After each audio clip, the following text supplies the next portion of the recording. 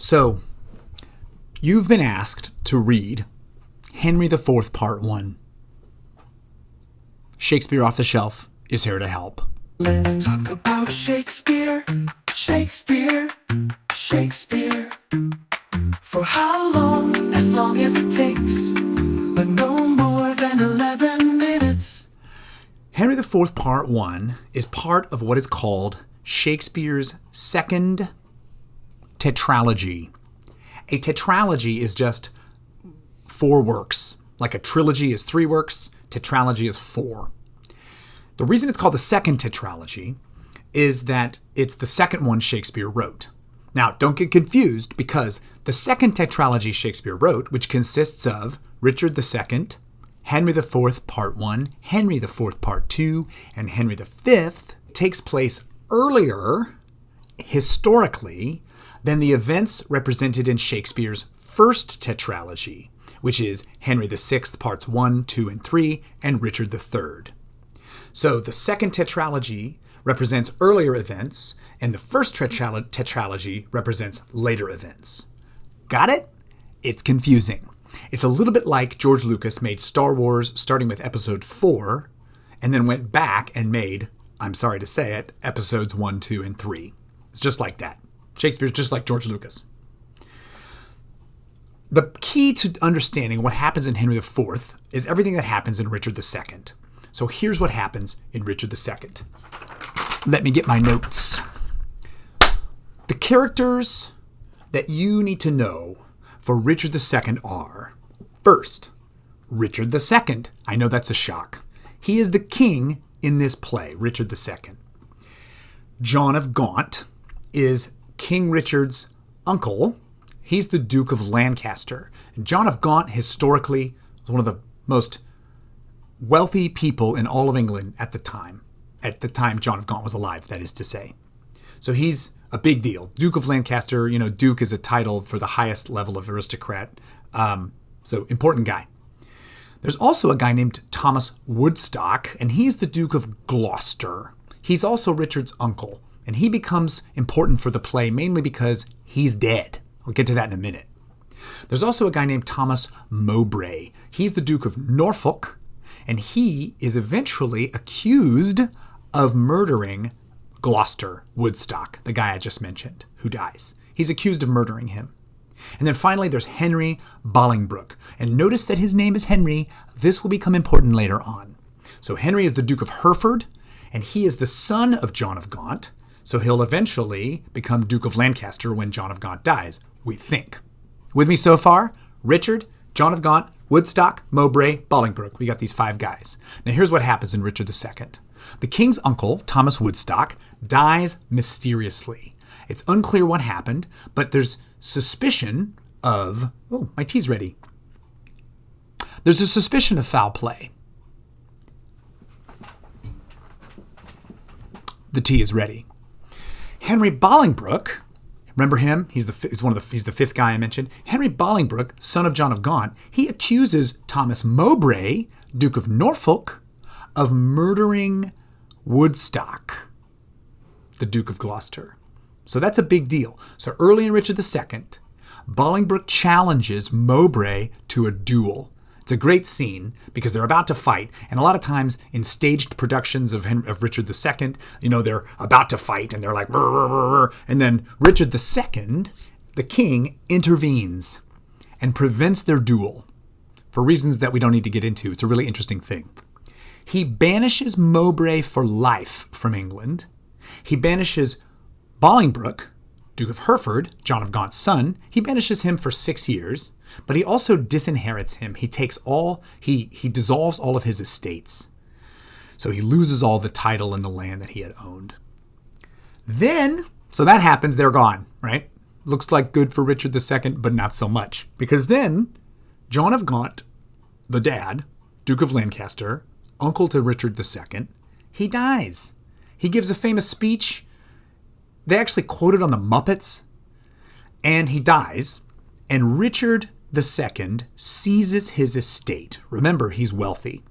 So other people immediately are disgruntled because Richard seizes that money and uses it to wage war in Ireland. He actually goes to Ireland to wage this war. While he's gone, Bolingbroke returns to England with armed supporters, and he finds other nobles who are disgruntled with King Richard for how he funded the war and for abuses of power, like taking aristocratic lands, which is what Richard had done. And so that's the basic conflict of the play with Bolingbroke coming back. Now there's some more characters we have to know about. Another character's name is Henry Percy. He's the Earl of Northumberland. Northumberland is in the northern part of England. He's very wealthy and powerful. His son's name is also Henry Percy. His nickname is Hotspur. He will become important in Henry IV. But they're connected, and Henry Hotspur Percy is married to a Mortimer. The Mortimers, the Roger and Edmund Mortimer, they are the 4th and 5th Earl of March. They'll become important here in just a moment. Got it? So now we've got new guys. We've got the Mortimers, who they have a claim to the throne because they're connected to the royal family. And Mortimer, one of the Mortimers is married to, one of the women Mortimers is married to Henry Percy Hotspur. So they're all kind of, look up the family tree. It's really useful. Henry Bolingbroke comes back. With the support of Northumberland, the Percy family, with Northumberland and his son and other aristocratic families, Bolingbroke defeats King Richard. And in the climactic scene of Richard II, called the deposition scene, they summon Richard to the court, or to Parliament, I guess it would be, and require him to depose himself. They demand that he give up the crown. And it's a powerful moment. Bolingbroke's there, but Northumberland, Henry Percy, he's like the heavy. He's doing most of the work. And he's the one who gets Richard to finally give up the crown. It's a famous scene. I want to talk more about it, but I don't have time. After Richard is deposed, but before he dies, spoiler alert, he dies. He names the Mortimers, Roger, the Earl of March, I mentioned them. He names the Mortimers heirs to the throne. Now that pleases the Percy family who helped Bolingbroke. That pleases them because they're connected to the Mortimers and they stand to gain a lot if the Mortimers become king. That doesn't help Henry Percy or Henry Bolingbroke very much at all because he doesn't stand to gain much at all from Mortimer's becoming king. He goes around Richard II's requests, his decisions, and he seizes the crown to become, and here's the big moment, Henry IV. So now Henry Bolingbroke, who was ticked off that he got disinherited, has come back and has somewhat legitimately, but maybe a little illegitimately, seized the crown and become King Henry IV. And he already has people upset with him by the end of Richard II. Now, all of that sets the stage for Henry IV, Part 1. Henry, when this play opens, when Henry IV opens, Henry's been King of England for 3 years. The play begins right after the Battle of Holmedon. I think I'm saying that right. Holmedon? I don't know. Look it up. At that battle, Henry Percy Hotspur, who's a really great character, has just won the battle on Henry IV's behalf, but he's upset Henry IV because he won't give Henry his prisoners. That battle was against some Scottish troops led by the Earl of Douglas. Remember his name too. Douglas. There's another battle happening at the same time against Welsh forces led by a guy named Owen Glendower. The reason I mentioned Douglas and Glendower is that very quickly in Act 1, Henry Percy Hotspur and his father, the Earl of Northumberland, get upset with Henry IV. And they go and join Glendower and Douglas to create a rebellion against Henry IV. Now, the irony of all this, partly, is that Henry IV expresses his extreme admiration for Hotspur, because Hotspur's a cool dude. Hotspur, incidentally, this is an important little side fact, Hotspur, historically, was older, a generation older. He was Henry IV's age, but Shakespeare makes him younger for reasons I'll get to in a moment. The last character you need to know for Henry IV is Henry IV's son.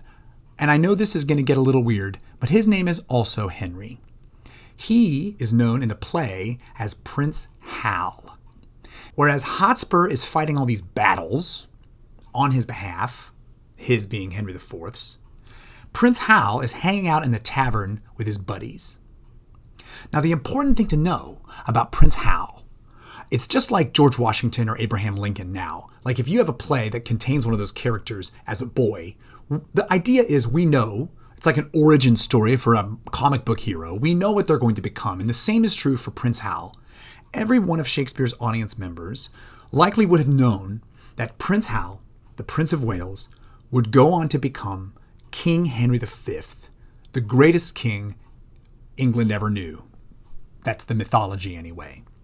But when we meet him in Act 1 of Henry IV, Part 1, he's screwing around in the tavern. So it creates an interesting dynamic already at the outset of the play. Okay, so that sets the stage for Henry IV, Part 1. Enjoy. For how long? As long as it takes, but no more than 11 minutes.